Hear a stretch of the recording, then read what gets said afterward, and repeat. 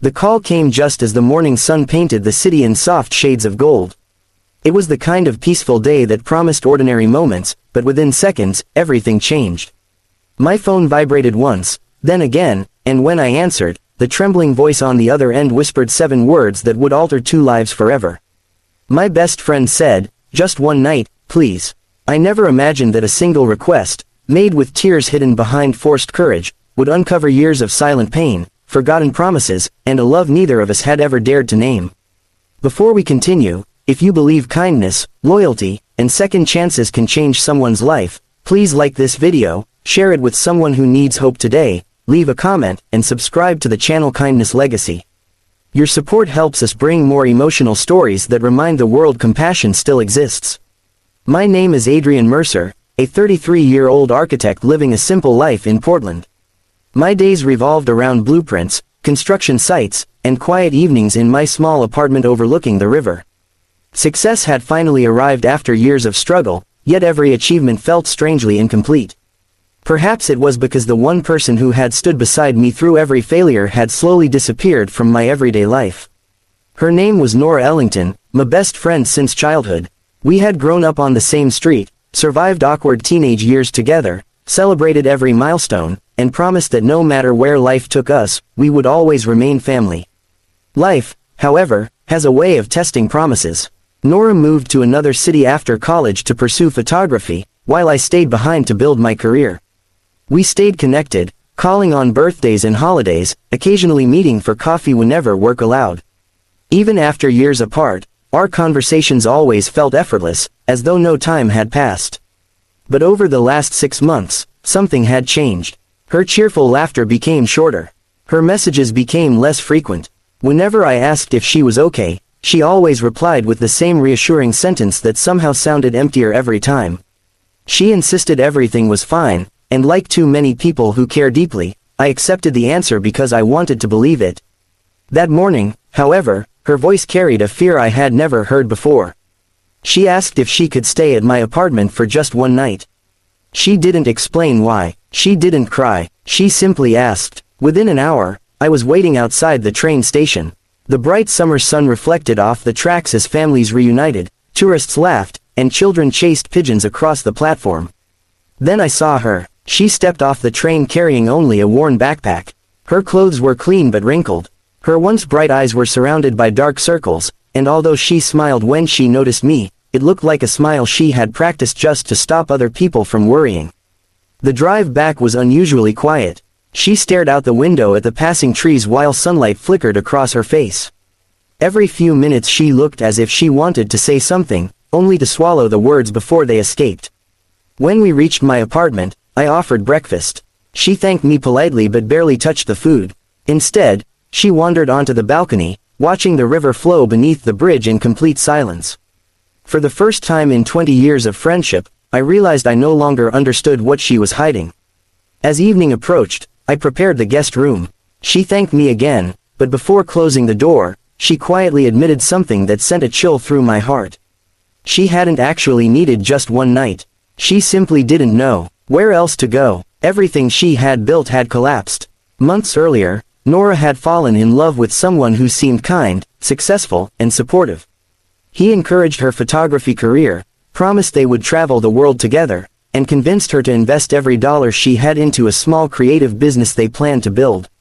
Then one morning he disappeared. He emptied the business account. He sold their shared equipment.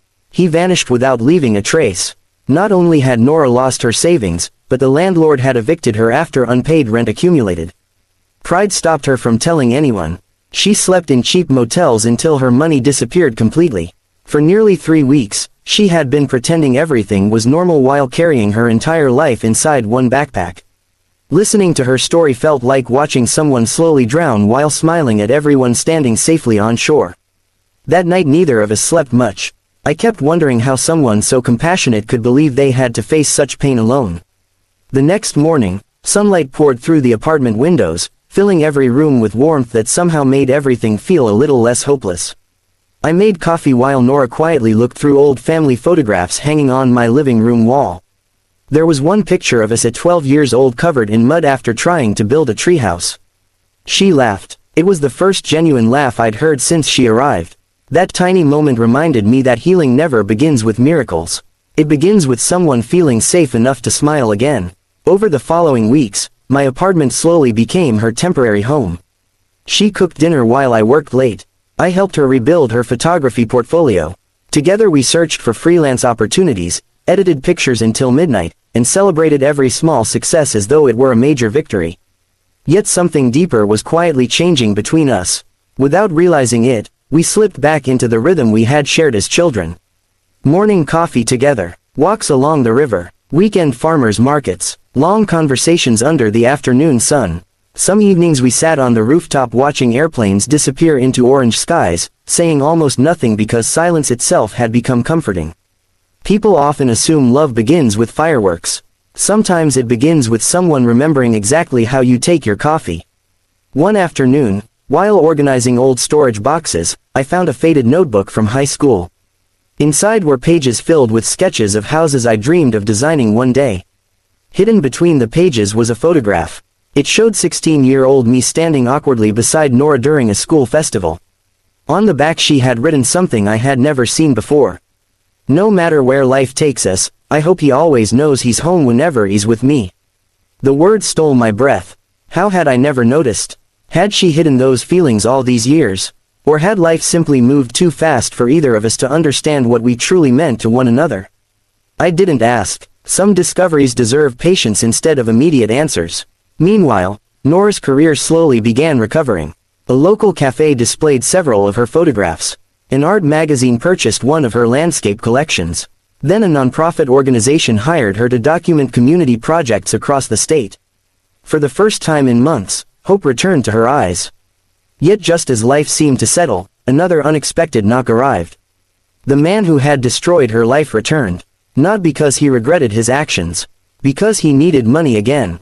He claimed he had changed. He apologized. He begged for forgiveness. Watching him stand outside my apartment felt like watching a storm trying to force its way back into a home that had finally been rebuilt. Nora listened quietly. Then she surprised everyone. She forgave him, but she refused to return. She explained that forgiveness was never permission to repeat the same betrayal. It was simply choosing not to carry hatred forever. He walked away alone. She closed the door, and for the first time, the past stayed outside. That evening we drove into the countryside to watch the sunset. Golden fields stretched endlessly beneath the bright summer sky as warm winds carried the scent of wildflowers across the hills. Nora admitted something she had hidden since arriving. When she asked for just one night, she hadn't expected to survive much longer emotionally. She believed she'd lost everything worth living for. She thought asking for shelter was her final act before disappearing from everyone's lives forever. Instead, one simple act of kindness reminded her that losing everything isn't the same as losing everyone. Her words stayed with me long after the stars filled the sky. Months later, the nonprofit offered Nora a permanent position. She rented her own apartment only a few blocks from mine. She insisted it was time to stand on her own feet again. I was proud of her. Yet when the apartment suddenly became quiet after she moved out, I finally admitted something to myself. Home had never been the building. It had been the person sharing breakfast across the table. On a warm Saturday morning, exactly 1 year after that unforgettable phone call, I invited Nora back to the river where we had spent countless afternoons as children. The water sparkled beneath the summer sun. Families laughed nearby. Birds circled above the bridge. Everything looked ordinary, yet my heart raced harder than it ever had. I thanked her, not because she had needed my help, but because helping her had reminded me what truly mattered in life. Success wasn't measured by income. It wasn't measured by awards. It was measured by whose life became brighter because we chose to stay. As tears filled both our eyes, I realized that sometimes the greatest love stories never begin with grand confessions. They begin with friendship strong enough to survive heartbreak, distance, failure, and fear until one ordinary day reveals what had quietly existed all along. If this story has touched your heart, please take a moment to like this video, share it with someone who needs encouragement, leave your thoughts in the comments, and subscribe to Kindness Legacy. Every act of support helps us continue sharing stories that inspire hope and remind us that kindness can truly change lives. Speech Balloon Special Request. Before you leave, tell us in the comments, have you ever had a friend who became your greatest blessing when you needed them the most? As the sun slowly disappeared beyond the river, Nora reached for my hand without saying a single word. No dramatic promises were needed. No perfect speeches were spoken.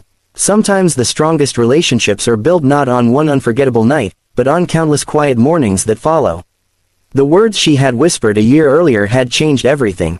She had asked for just one night, but kindness gave us an entirely new future.